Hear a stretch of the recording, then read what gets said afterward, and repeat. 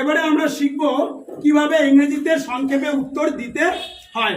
কিভাবে ইংরেজিতে সংক্ষেপে উত্তর দিতে হয়, ঠিক আছে? যেমন বাংলায় আমরা বলি না যে তোমার কি একটি গাড়ি আছে, তার উত্তরে আমরা কি বলি? হ্যাঁ আছে। কি বলি? হ্যাঁ আছে। ইংরেজিতে কিভাবে বলবো? এবার যদি বলে না নেই, ইংরেজিতে কিভাবে বলবো? এবার যদি বলি তুমি কি স্কুলে যাও, তুমি কি বলো? হ্যাঁ যাই। তাহলে হ্যাঁ যাই ইংরেজিতে কি বলবো? আরেকটা কি বলে আমরা? না যাই না। এটা ইংরেজিতে কিভাবে বলবো? ঠিক আছে, এবার শিখবো এই যে এখন। এবার বলো তো, তুমি কি যাও? Do you go?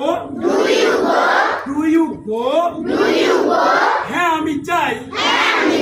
Yes I do. Yes I do. Do দিয়ে প্রশ্ন করেছে, এই জন্য ডু হলো। বুঝা গেল? এবার না আমি চাই না। No I don't. No I don't. বুঝা গেল? এবার তোমার কি একটি গাড়ি আছে? Do you have a car? Do you have a car?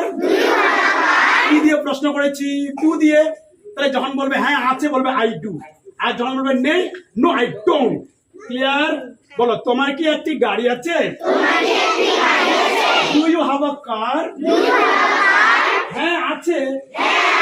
Yes I do. Yes I do. না নেই। No I don't. No I don't. তুমি কি যাবে? Will you go? Will you go? হ্যাঁ আমি যাব। Yes I will. Yes I will. না আমি যাব না। No I won't. No I won't. No I won't. তুমি কি খাবে? Will you eat? Will you eat? হ্যাঁ আমি খাবো। Yes I will. Yes I will. না আমি খাবো না। No I won't.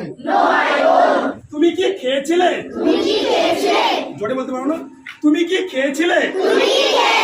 You eat? হ্যাঁ আমি খেয়েছিলাম। Yes I did. Yes I did. না আমি খাইনি।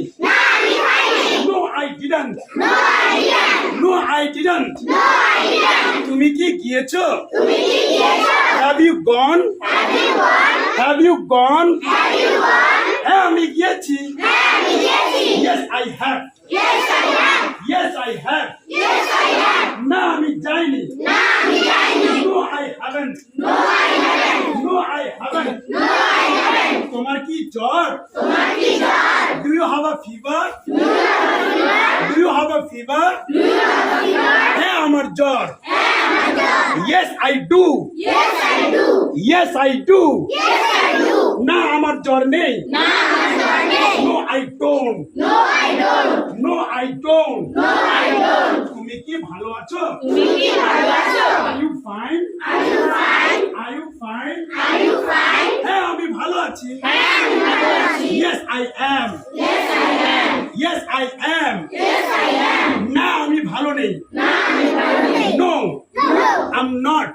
I am not. মনে থাকবে? এইভাবে যে কোনো ইংরেজি প্রশ্নের খুব সংক্ষেপে কি দেওয়া যায়?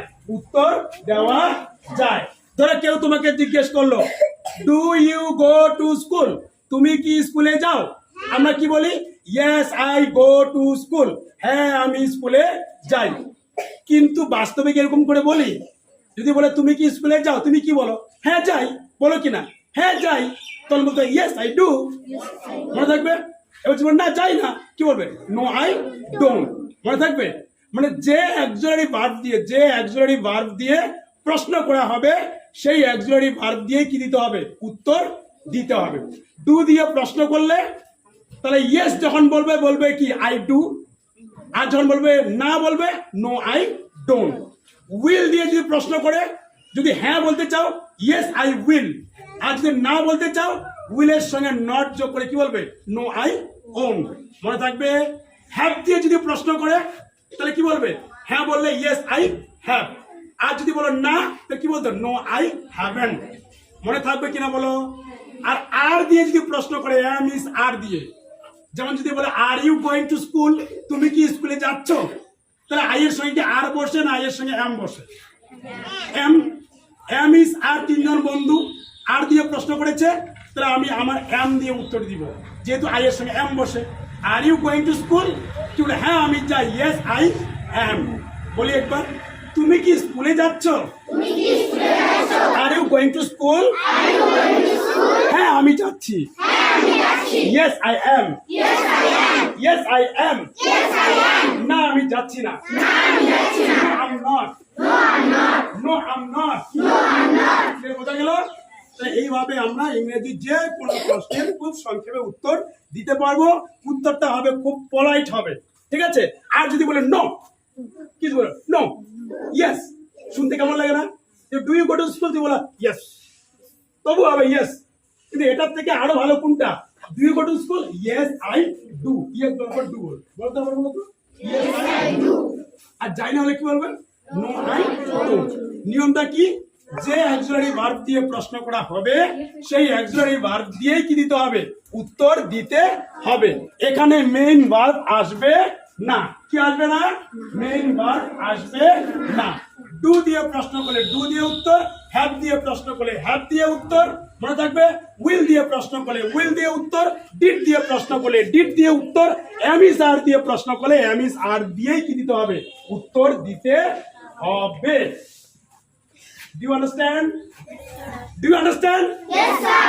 Okay.